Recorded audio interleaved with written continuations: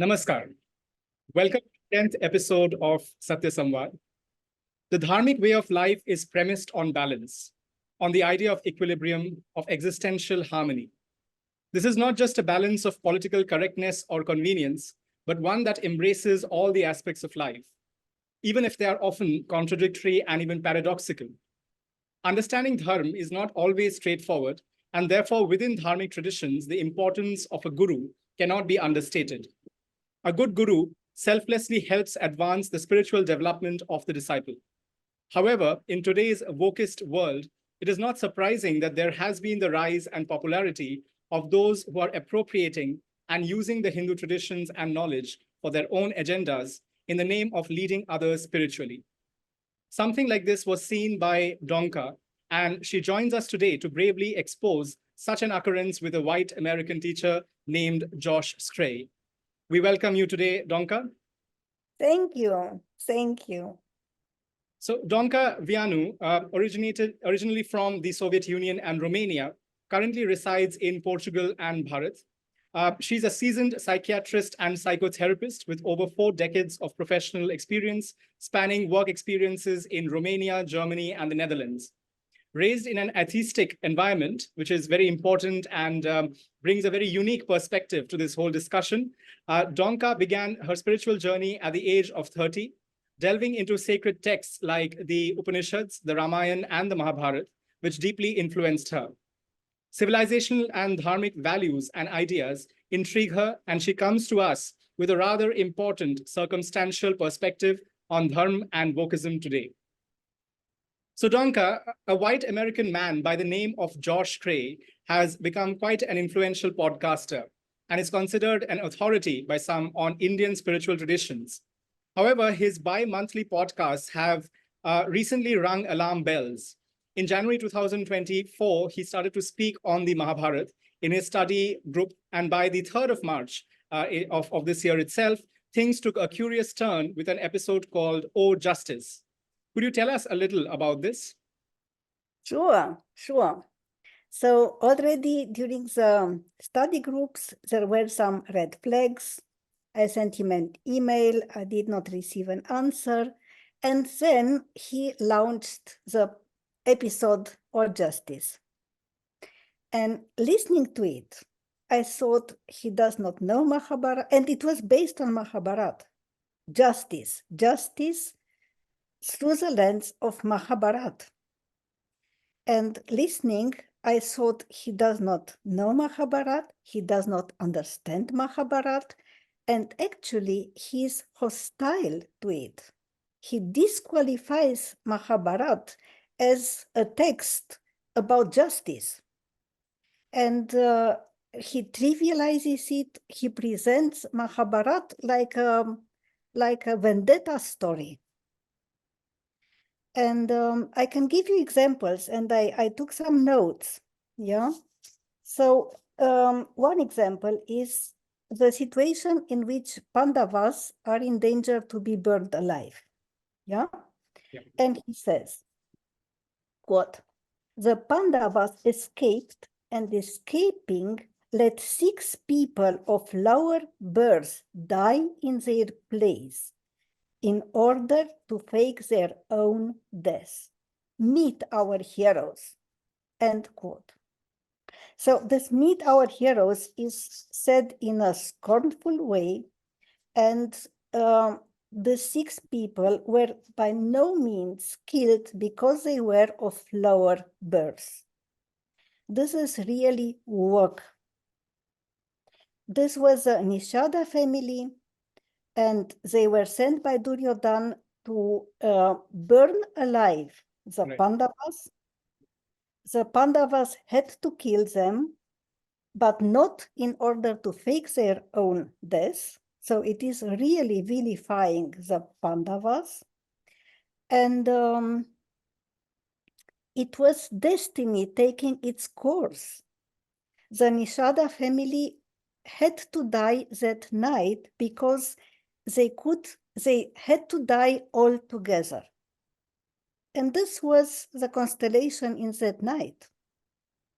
So no mention of Nishada family. They are just 6 people of lower birth, no mention of Duryodhan. Yeah, so the whole rendering is in the service of work agenda. Right. And in another place, he says, the Pandavas assumingly on the right side. So the whole Mahabharata is based on an assumption. Yeah. Then, quote, he starts, the first moment he mentions Mahabharata is in this way, quote, Bhima rips Dushasana with his bare hands and drinks his blood, still warm, just as he has sworn he will do. Draupadi drenches her unbound hair in Dushasana's gushing wounds. And this comes out of the blue without any context. Right. So the first recount of Mahabharata portrays them as some bloodthirsty savages. Another quote, the fisher girl Satyavati smells so pervasively and alluringly of fish that she tantalizes that horny sage. If there is a sage, it is not horny. Yeah, it is an insult to sageness, Yes.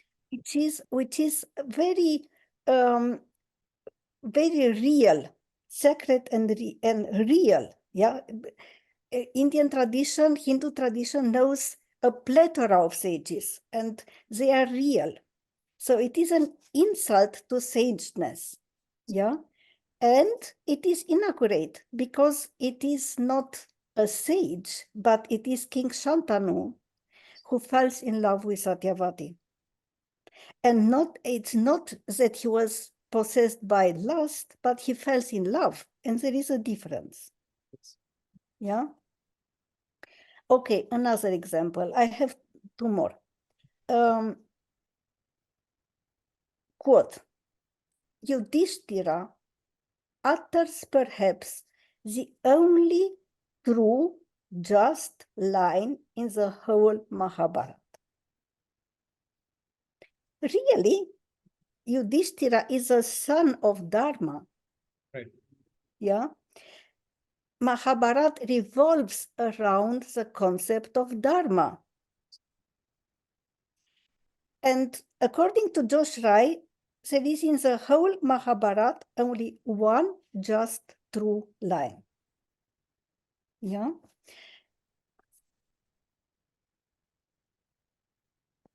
There is one more derogatory remark about the Hindu culture, quote, a sacrifice-driven culture. So is this what Hindu culture is about, a sacrifice-driven culture? Then he mentions in length the episode of the snake sacrifice. I cannot tell everything, it takes too long time, but also it raises many red flags and it is completely in the service of work agenda. Now, last but not least, he does not mention once Krishna. Oh. Not once, yeah. You know, it is like telling the Old Testament and not mentioning the God of the Jews, or telling the New Testament and not mentioning Jesus Christ. Absolutely. He misses completely the point. Yeah. There is what I said, it is like a C-rate movie. It has no metaphysical, no mystical, no theological, no soteriological purport. Yeah. So absolutely. Yeah. I think, and that raises a lot of questions, of course. I mean, glaring ones at that. So I'm curious. I mean, how does he reconcile, for instance, Arjun's conundrum before the battle, for instance, and there are so many points of importance, significance. So what does he say about all of those? Nothing, because he does not mention Krishna. So Right. he does not mention Bhagavad Gita. Mm-hmm. Yeah. Wow. It is all about the Pandavas, assumingly the right ones, and the Kauravas, the proud boys of the lunar dynasty. Quote, yeah? The Kauravas are the proud boys of the Kaurava, of the lunar dynasty. Right. That's amazing. Appalling. It's amazing. It's amazing. It's appalling. And that is exactly what I would like to bring forward to our viewers, and which is, I mean, Donca has seen this firsthand, but this is something which has been going on for a while. I mean, even within India, for instance, we have a number of instances where people from the Itihasa, from Ramayana and Mahabharata, they are taken out of context and they are judged using certain kinds of parameters, certain kind of moral, judgmental, frameworks, essentially. So, for instance, with Mata Sita, for instance, in the Ramayana, there has been a lot of discussion and debate over time, especially at the very end of the Ramayana, for instance. There has also been discussion on the morality of various characters within the Mahabharata. And so, I mean, in this case, I don't think we even can go into those nuances, because even at the very superficial level, at the very surface level, there is a very kind of anachronistic, there's a very kind of weirdly anachronistic, not even anachronistic in a constructive way, something which is just so out of the ordinary and so wrong in its interpretation that we don't even have to go into much else, essentially.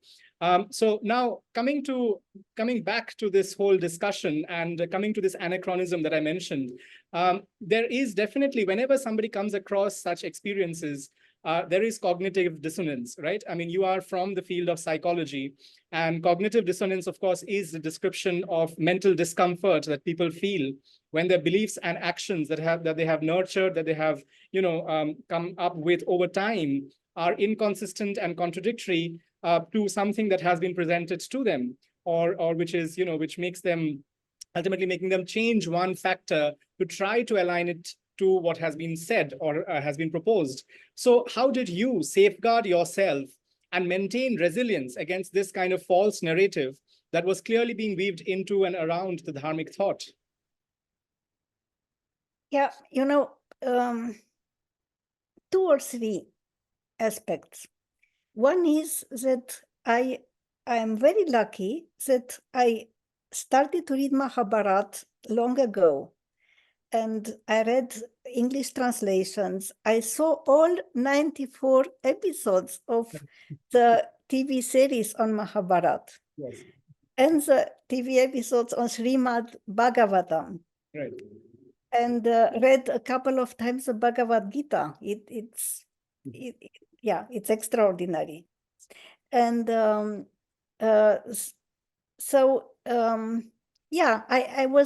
am familiar with it. Yeah. So I could recognize that he brought it to a very worldly level, and it has lost its mystical dimension, not only mystical, everything. Yeah. So to me, Mahabharata, and this is how he starts his episode: is there a divine justice, or is justice only a human concept and expressed in the juridical code? Right. Yeah. Yeah. And his answer is he disqualifies Mahabharata. To me, Mahabharata gives an answer to this fundamental question. Right. And it gives an answer very much by the presence of Krishna. And the answer is yes. There is a divine justice. Yeah. It's fundamental. Right. Yeah. Absolutely. So this is one. The other is related to my background. So I grew up in a totalitarian country, And my father was a professor of history. And when I was 13, he explained to me about propaganda. And he came with arguments and with examples that everything I was learning at school and reading in newspapers and many other publications, and I believed in, that they were lies, that this is propaganda. And in Romania, there was a governmental department for propaganda. Right. Yeah. And the head of the department was someone whom Stalin had put in that function. Right. So I learned to research. I learned not to believe anything unless I research it. Right. This is what Buddha also says, what Buddha also teaches. So in my spiritual quest, I encountered many men and women who presented themselves as spiritual teachers, right. and with sometimes big following. And I checked them out, and I had to come to the conclusion that they are fake. Right. And the same about political movements and political leaders. I researched their biography, yeah, and political manifestos, because everybody presents himself, herself as animated by the best intentions and ideals and so on, yeah. And the last is that my work also helped a lot, because I hear the true stories. And I hear the true stories. I work with asylum seekers from many parts of the world who escaped genocide, who escaped war, cults, abuse. So it helps to learn about life and human nature. And yeah, so all this, I think, helped me not to fall easily in false narratives. Yes, absolutely. And I think that is very pertinent to, I mean, highlight that particular point, because I mean, if we look at the stories of somebody I look up to, and I'm sure you as and various others do as well, Swami Vivekananda Maharaj, Yeah. when he wanted to find a guru, he was the most, I wouldn't call it cynical because that's the wrong word. He was the most kind of disbelieving to an extent, but also rigorous in his assessment of what to follow and what not to, right? So it was very clearly about whether there was the aspect of, connection with the godhood, right? With the greater reality, so to say. And it was only with Sri Ramakrishna Paramhans that he actually kind of got to that point of, completely being able to believe, essentially, right? And, it is great that you have had that tradition, that that understanding from quite a lot of different facets, so to say. But many a times what happens is, with the plethora of such spiritual leaders and the youth who want to kind of understand this, who want to relate to spiritual and religious thoughts and various kinds of aspects, they are often misled. And that is what we have to be very careful about, as to how to protect and safeguard the youth, especially when it comes to dharmic thought and how we go about with it. Now, in our conversation previously, you have mentioned something which caught my attention.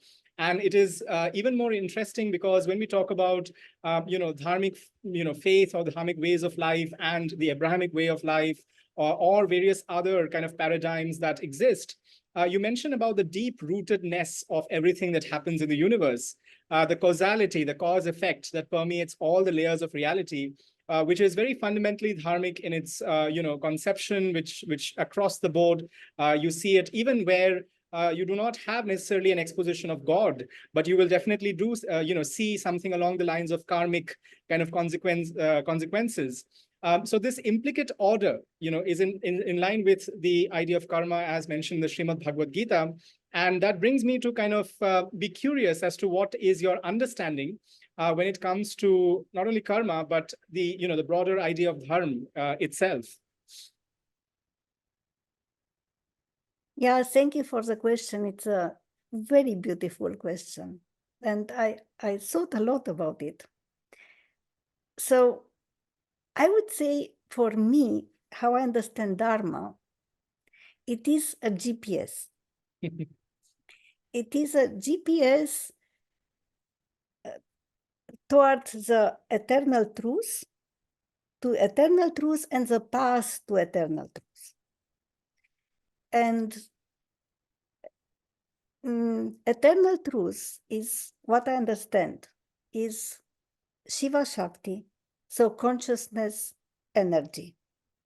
And the dance, their dance, the dance of creation, is Satchitananda, consciousness, existence, bliss.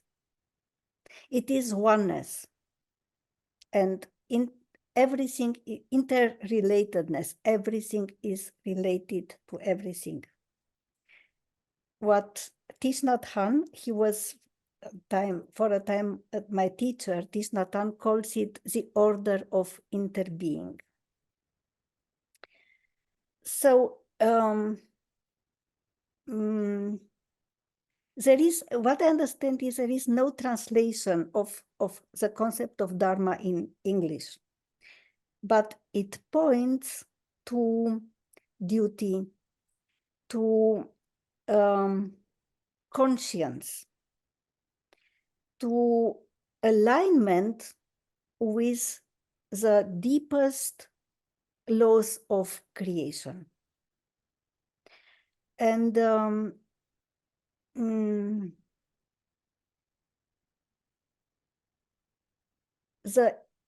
thing is that this eternal truth can be reached, can be realized. And Dharma helps along the way.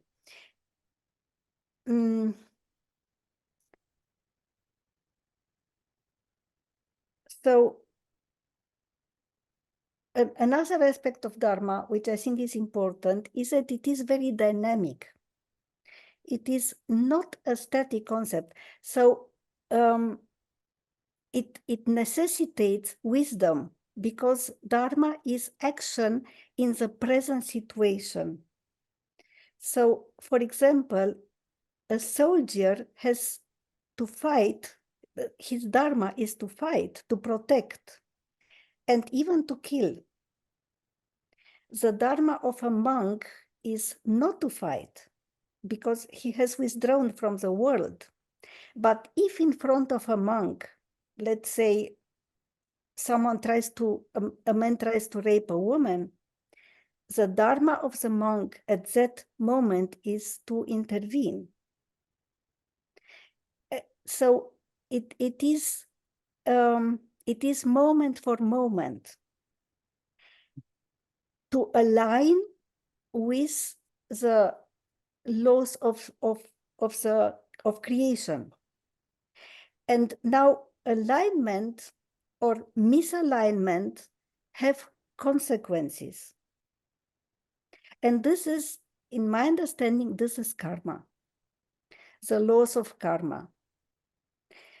And I see karma, to me, karma is like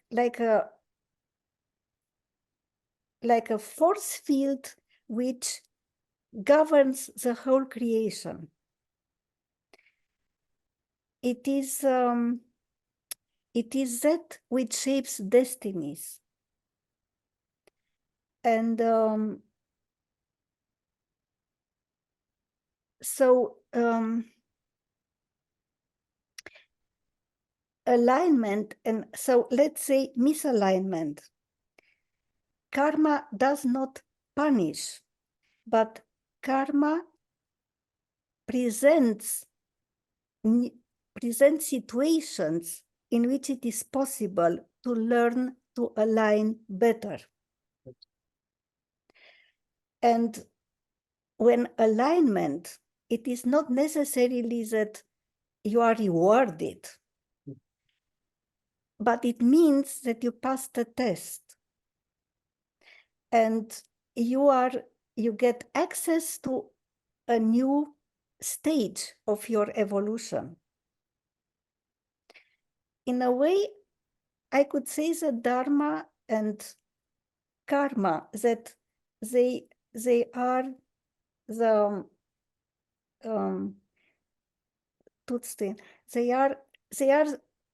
they decide, they determine the evolution of a person. And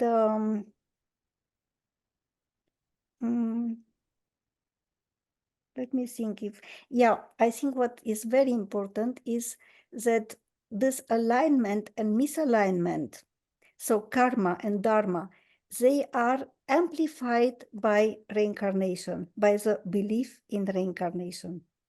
Because this evolution towards self-realization, towards it is the goal. The goal is self-realization, is liberation from the wheel of life and death. And this is a process which extends over many lifetimes. So, let me think if there is,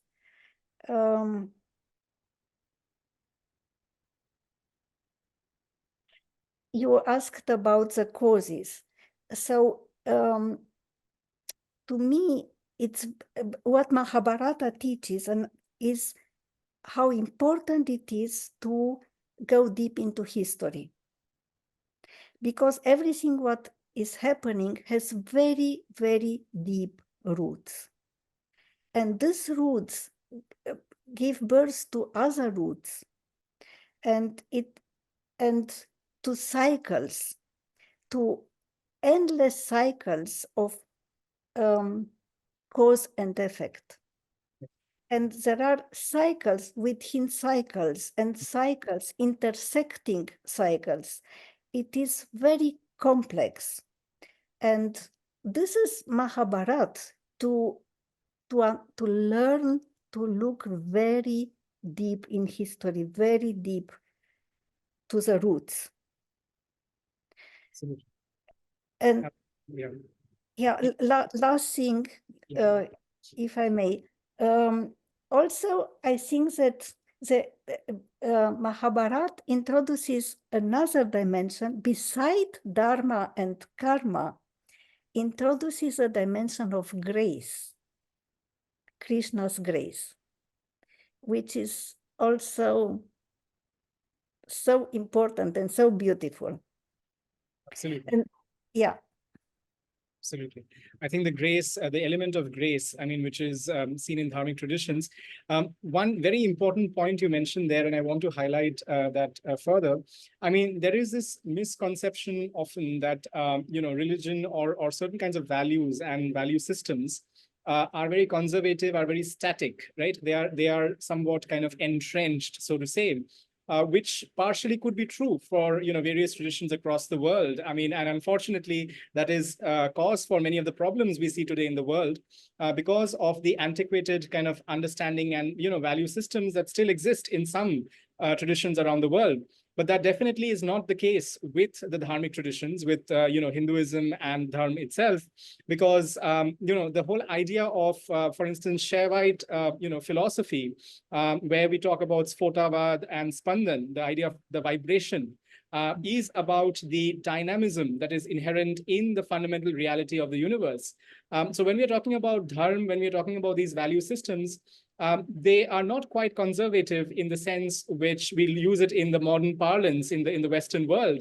It is extremely dynamic. It is extremely changing and evolving with the time. And one word that we often use is yug dharma, right? Yug dharma is the idea of the dharma that also aligns with the traditions of this generation, of this era, so to say, right? So that is a very important aspect, which is often kind of not considered by those who try to project dharma as an ossified, rigid kind of structure. Now, one important aspect in this discussion has to be that of access, right? And in Hinduism, there has often been this projection by others that Hinduism is an inaccessible kind of religion in many ways, in terms of things like, for instance, Jnana Yoga, or many of the treatises that we have. And so the concept of accessibility is very important as it goes along. And that is where the Guru-Shishya Parampara, which is what we started off with in the preamble, was to kind of facilitate the transference of spiritual insight and wisdom from a master to a disciple. But with the likes of, Josh Schrei, how do you see us maintaining the presence of Dharma in a genuine manner, even as a youth turn towards being more cynical by the day across the world? To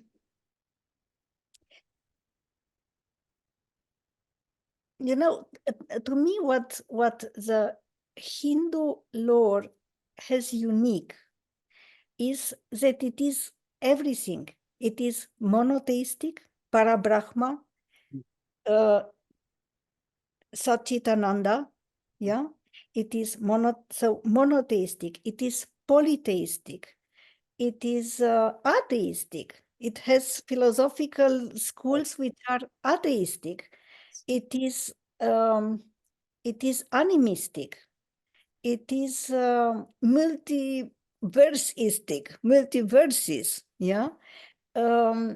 It is quantum energetic, for a better word. And underneath is consciousness, yeah, the absolute consciousness, which is a substratum of everything. And all this without contradictions, all this can be reconciled, yeah. So it is a most comprehensive metaphysical system, and it embraces all branches of philosophy,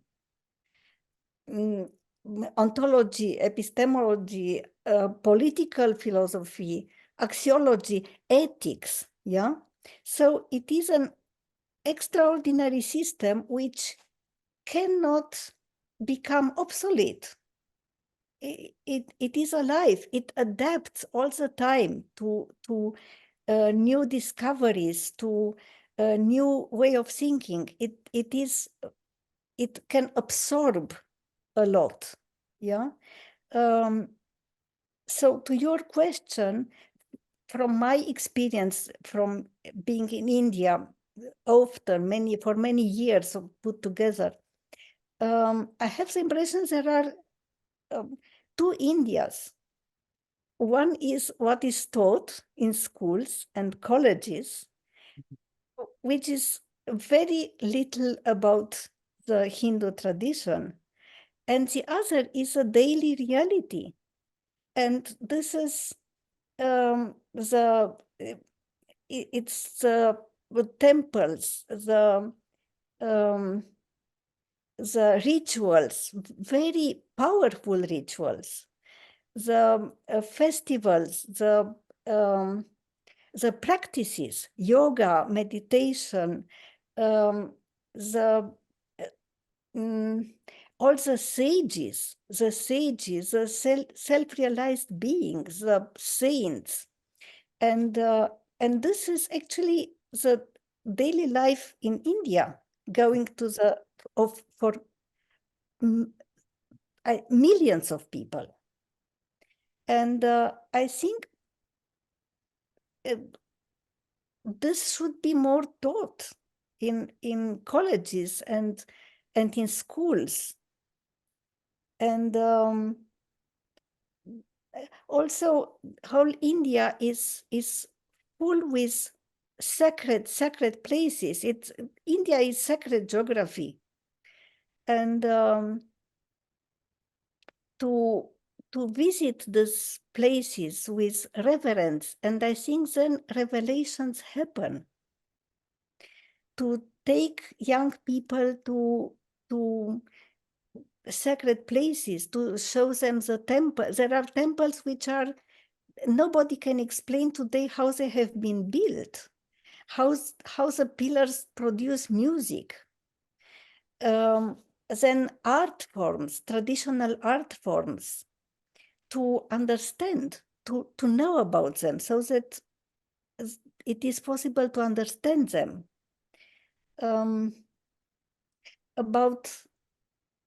About revelations, when I was once in Tiruvannamalai and I looked at Arunachala, I was at the second floor of a building and I looked at Arunachala and I saw, for a brief moment, I saw light. And it was very short, but very powerful. So I think if people start to open up, experiences will come. And then this creates faith and love and appreciation. So yes, there are. It is a bit disconcerting at the beginning because there are so many gods, there are so many philosophies, so many scriptures. It demands some commitment, yeah. But once it happens, what the reward is huge. Absolutely. And I think, a very important point here is that of, the inherent spirituality of the people themselves, the consciousness that pervades, which is not just in the books, in the temples, in the, in the various manifestations. But, I always say when I was in the West, in the US and in the UK, and I relate that to, the experiences in India, I think there is an inherent kind of spirituality even within a rickshaw puller or a person, on the streets. When you talk to them, when you relate with them, there is a certain element of that oneness that we talk about within the Upanishads, right? Which is much more kind of personalized rather than one that is constructed, one that is organic rather than being artificial, right? So there is that element which is very beautiful in itself. And I also do believe that, as you mentioned, there is this element of self-calibration, if you will, right? There is an element whereby there will be different offshoots, there will be variants, even contradictory kind of traditions as well, which have come about over time. But there is a self-correction of sorts, which has happened in history within Bharat, of course. And that is why Bharat is no less than a miracle, right? I mean, if you look at various other places, various other lands, when there have been the intrusion of different, alien traditions and cultures, they have not quite survived as well as Bharat has, with a lot of its, integral legacy or heritage, so to say, the spiritual cultural heritage fairly intact. So that is a beautiful kind of, understanding or way to kind of relate, as you have, put there. Now, when we talk about Josh Schrei and the likes of him, an important point, of course, is that of wokeism, right? I mean, and the Western world is accelerating down the woke avenue. Unfortunately, even in Bharat, there are many cross sections that are accelerating down that not so beautiful avenue, I would say. However, wokeism undercuts many important aspects of human thinking and life, often with oversimplification of multidimensional identities, for instance, the promotion of cancel culture and blind platforming as well. So while Dharma speaks on egalitarianism, social justice, harmony of identities, realities, and ideologies across the various traditions, but there is a fundamental difference in the way it does it than what the more modern woke frameworks do it in, right? So how do you see wokeism as being fundamentally adharmic, or at least not aligned quite with the dharmic way of thinking? Yeah, let me just for a moment come back to what you just said, that the miracle which India is. And Yeah, I subscribe completely, because for 800 years it was under Muslim occupation, 200 years British, and yet it has such a richness, such a spiritual richness. So yes, it is a miracle. Yeah, back to wokeism. You know, at the surface, it seems that Dharma and woke have a lot in common. But if I look more pretty different, so let me try to say some points. So as already said, Dharma upholds the eternal truth and the path to the eternal truth, and that the oneness and the interrelatedness. So to me, everything pertaining to the eternal truth belongs to the vertical dimension of human life and human endeavors and psychology and everything. While work does not recognize any eternal truth, recognizes only the horizontal dimension. And Dharma also, so this makes that work is flat. It reminds me of Flatland, you know, Edwin Abbott, Right. where the citizens of that country or whatever, they live in a two-dimensional world and they cannot conceive of a three-dimensional world. So work is a bit like this. It is flat. It recognizes only black and white. It knows only black and white. And then Dharma, the Hindu tradition, has a belief of reincarnation. So all actions, all choices, all decisions, actions, they have consequences over many lifetimes. It is very broad, and it brings a lot of wisdom, because we have all been perpetrators and victims in one life or another. Yeah, this is my understanding. It is also what Blaise Pascal said, nous sommes tous des assassins. We are all murderers. So this makes, fosters tolerance, mildness, understanding. While work does not recognize reincarnation, everything is now. And so its scope is much more narrow. And so in this sense, both no eternal truth, very narrow scope, I would say this is not Dharma, this is adharmic. Let me think.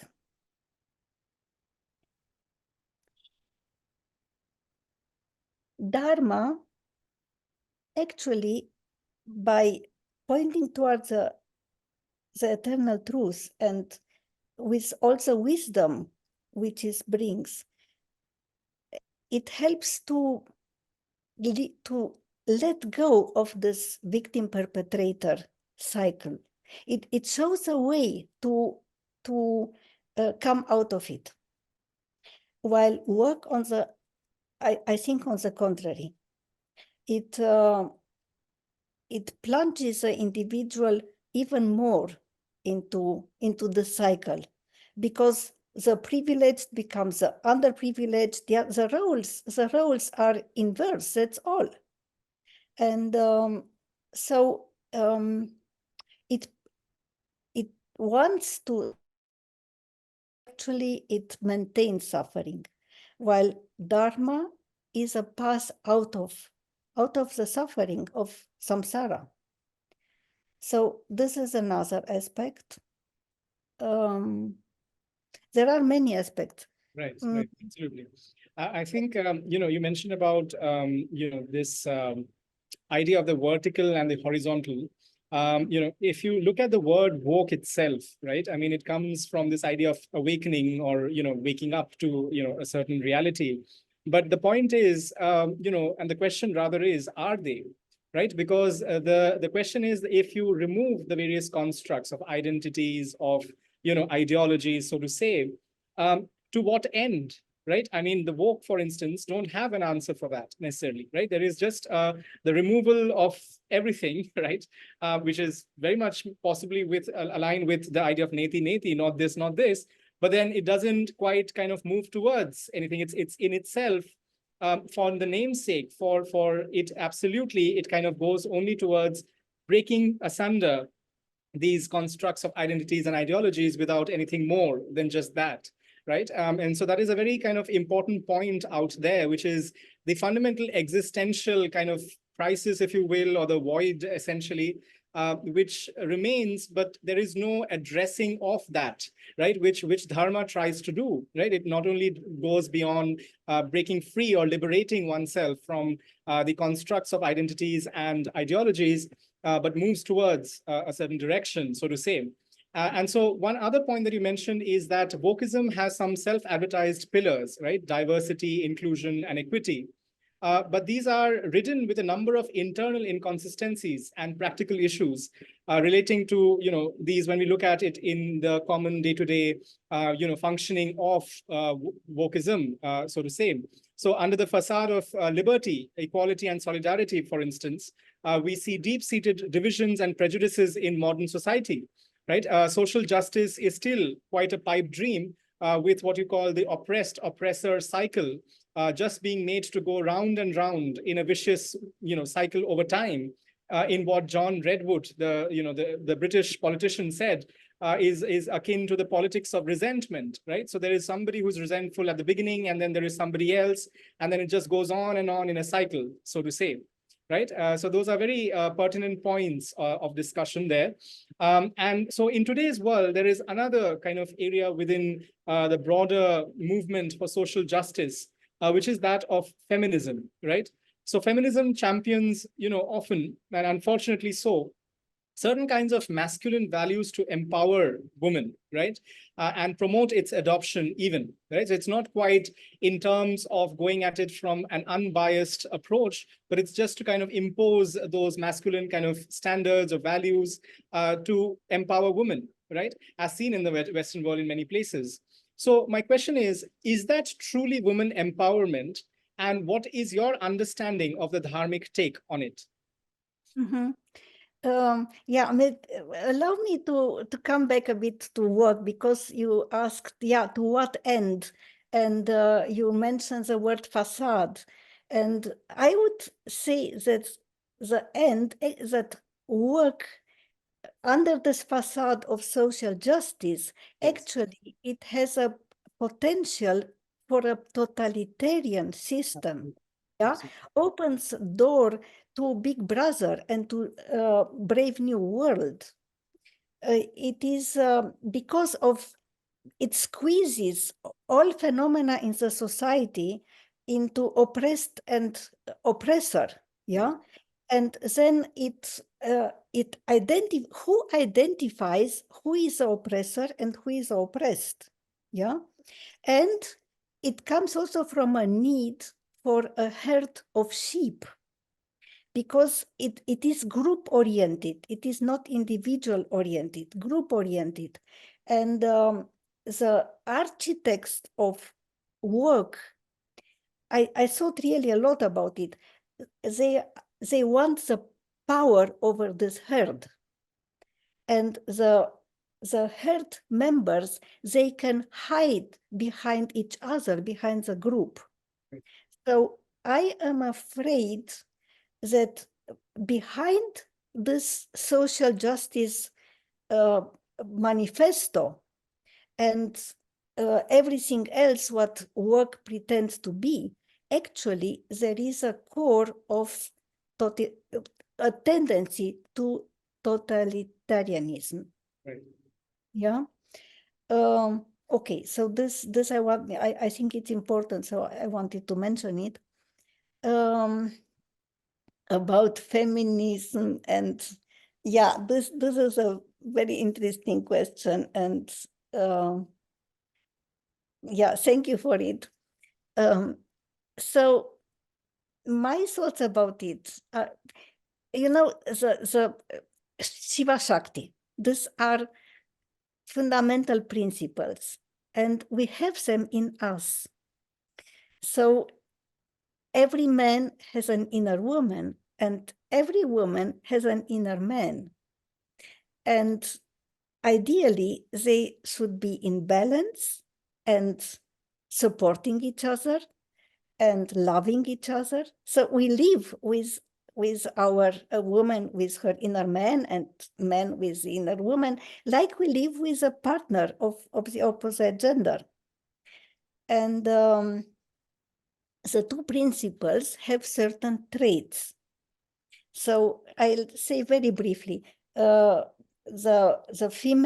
feminine principle is very tuned to nature and to cycles and to kinship, to family, to creativity. Creativity belongs to the feminine, while the masculine is more for law and order, harnessing nature, technology. Feminine is intuition, the feelings, emotions, holistic perception, synthesis, while masculine is more analyzing, building theories, repeated experiments and measurements. So they complement each other. And yes, Western women, because in order to become successful in a society which is still to a certain degree patriarchal, have adopted many of the masculine traits. So they at the cost of feminine. So they are very ambitious, they are very rational, they feel cut off nature, of the cycles and so on. Very often, when they become mothers, they recuperate many of the traits.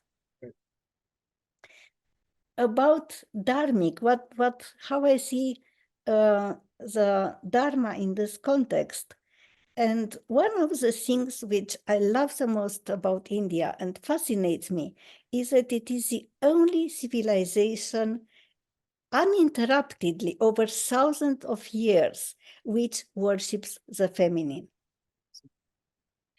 And this is extraordinary.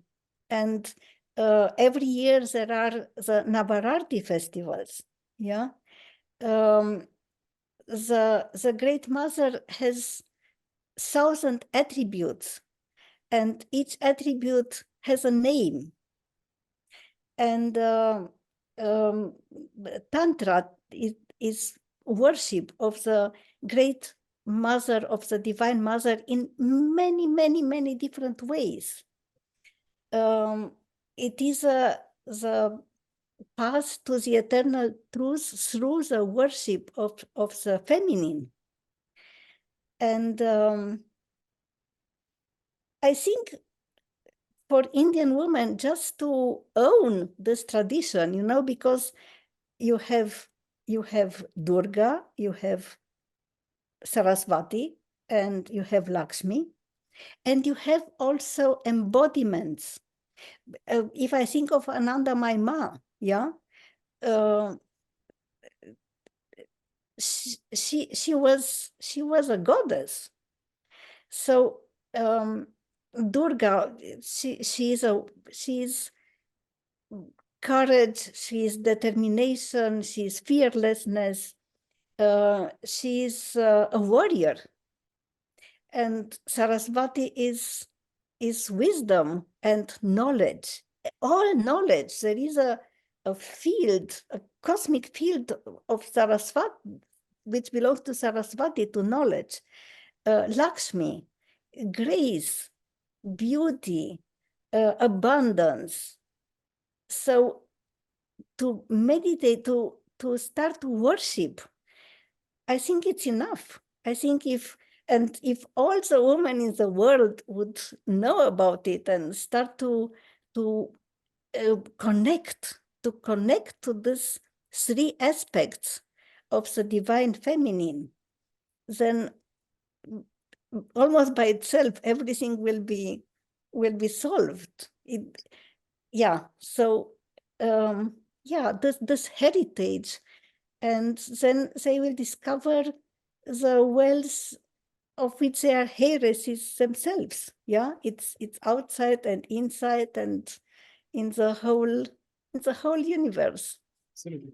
And I think, a very important point there is that, the feminine aspect, right, inherently has elements or aspects which are not there, elsewhere. And when it is brought naturally into a system, let's say, of governance, even there have been studies recently that have shown that whenever women have been in positions of, power or governance, that has led to a natural dissemination of various kinds of benefits of welfare in a much more organic way than it has been with men holding the same positions, right? So, but it has not come from imposing the male values or the ideas of what it should be in the male framework, but rather naturally has come about because of women being as they are within those positions of power and bringing to the table what they do in a very organic way.